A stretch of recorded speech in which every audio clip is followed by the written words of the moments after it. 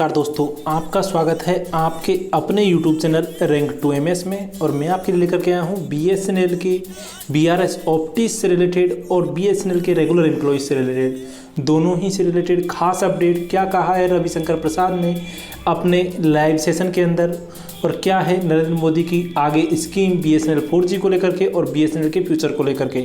साथ ही हम चर्चा करते हैं सबसे पहले BRS ऑप्टिज के बारे में कि BRS ऑप्टिज के जो 4th इंस्टॉलमेंट के रिलेटेड क्या है नई भावी योजना BSNL की और DOT की।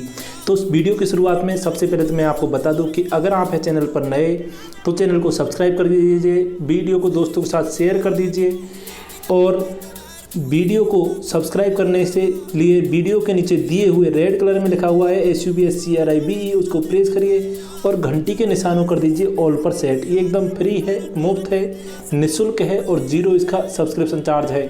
मतलब कि आपका इससे बहुत तो फ़ायदा है, क्योंकि इससे आपको नोटिफिकेशन मिल जाता है तुरंत के तुरंत ही, और आपसे एक भी वीडियो छूटता नहीं है, जिससे कि आपको सारी लेटेस्ट इन्फॉर्मेशन, सारी ऑथेंटिक इन्फॉर्मेशन आपको मिल जाती है।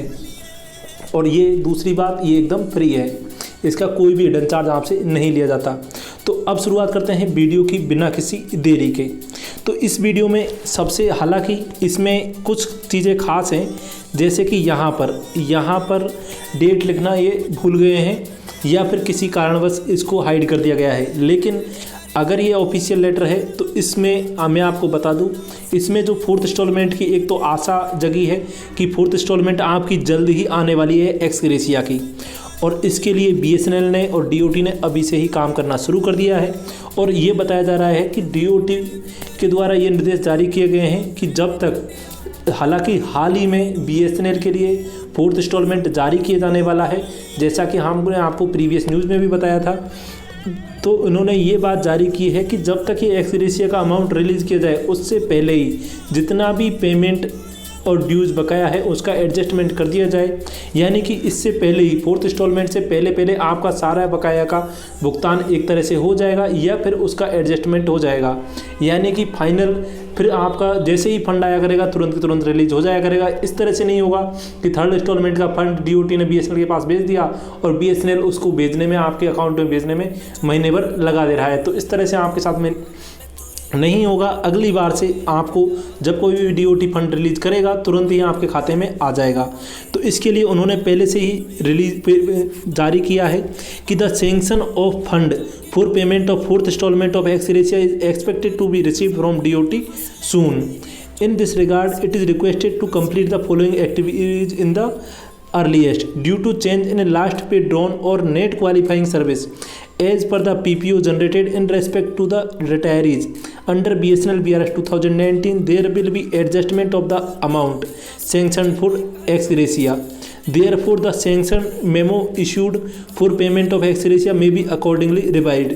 तो इन्होंने कहा है कि जो लास्ट पे ड्रॉन किया गया है और net qualifying service as per the PPO generated, तो जो लास्ट पेमेंट आपका होता है जो या फिर जो PPO जनरेट किया है उसके अनुसार जितने भी BSNL BRS 2019 है उनके एक्स ग्रेशिया का जो लास्ट पेमेंट होगा, जो 8% बकाया है या किसी किसी का 15% बकाया है, तो उसका जो एडजस्टमेंट होगा वो उसके अनुसार होगा।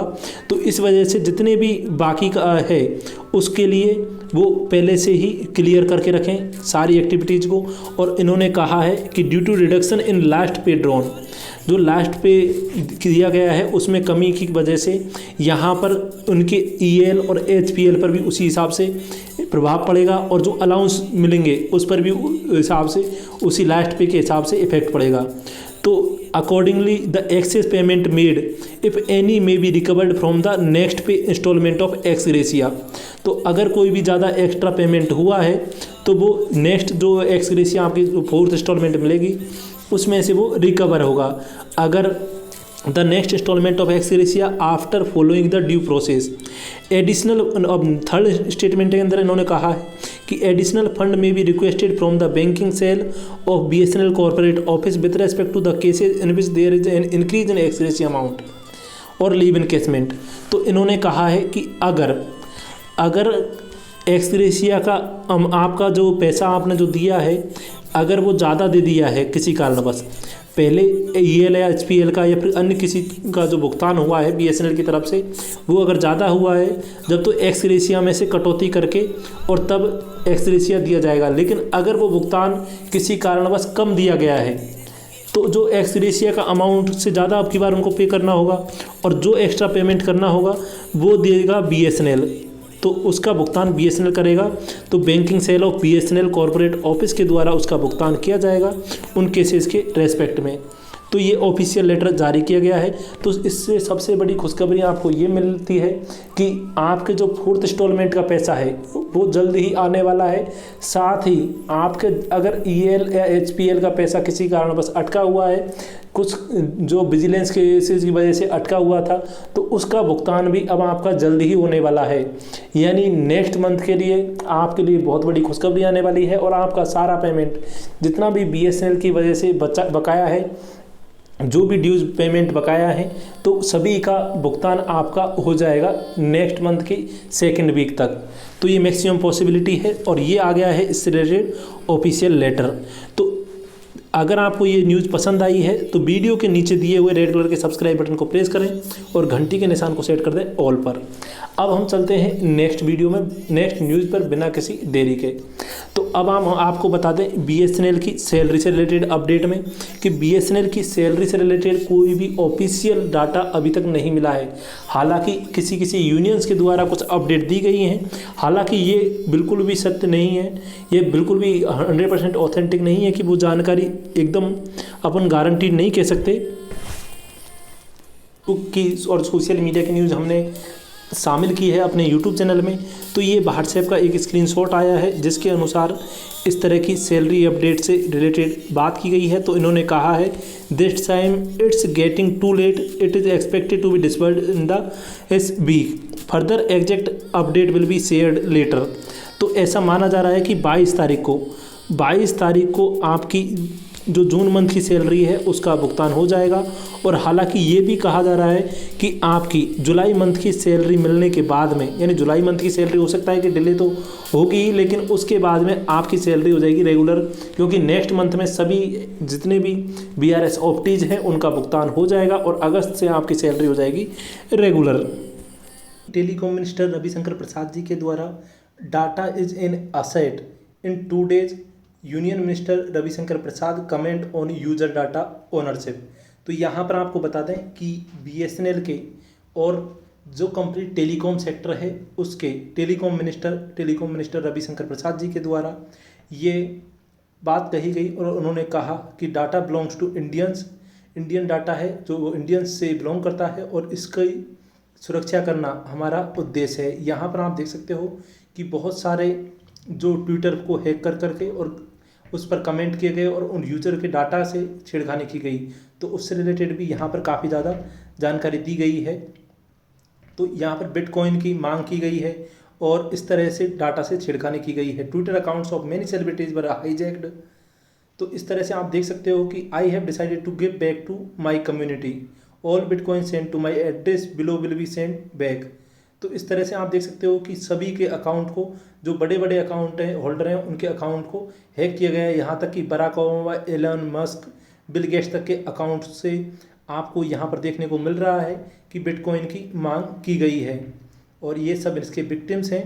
तो इस तरह से टेलीकॉम मिनिस्टर रविशंकर प्रसाद जी ने कहा है कि जो इंडियंस का डाटा है वो इंडियंस के लिए बहुत ही ज़्यादा उपयोगी है।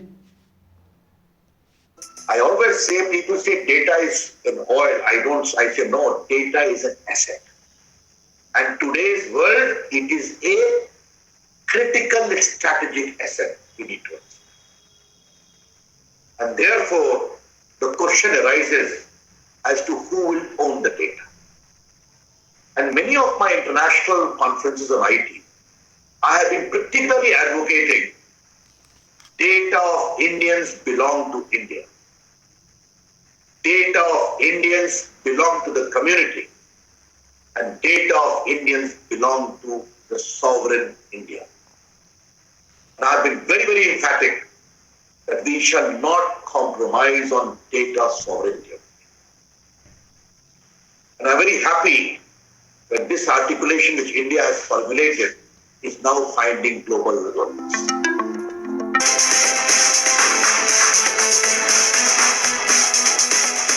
कॉमन सर्विस सेंटर के लोग देश को बदल रहे हैं, गरीबों की आंखों में आशा के दीपक जला रहे हैं, गांव के लोगों को डिजिटली साक्षर कर रहे हैं, डिजिटल पेमेंट करते हैं, इंश्योरेंस का काम करते हैं, रेलवे की टिकट करते हैं, लैंड रिकॉर्ड देते हैं, डिजिटल लिटरेसी का भी काम करते हैं।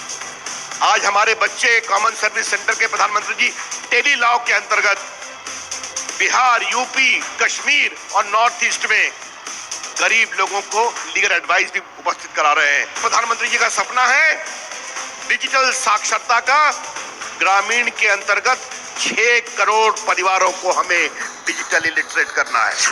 Our view is any digital initiative must bring in digital inclusion, bridging the digital divide, and most important, must be powered by technology which is affordable, which is developmental, which is inclusive. Our motto is digital governance is good governance. Digital delivery is faster delivery. आज हमारे बच्चे common service centre के प्रधानमंत्री जी tele medicine का काम कर रहे हैं। हम चाहते हैं आप नए नए काम करिए, देश को आगे बढ़ाइए। तो डिजिटल इंडिया तब तक एक बड़ा जन आंदोलन नहीं बनेगा जब तक हम उस आंदोलन के सिपाहियों की खोज नहीं करेंगे। सबका साथ सबका विकास करना है, तो उस विकास के सेतु आप बनने चाहिए। मैं देश को बदलने में common service centre 100 digital delivery of service, यही तो है डिजिटल इंडिया। आओ मिलकर उस सपने को साकार करें और भारत को दुनिया की एक बड़ी ताकत बनाएं।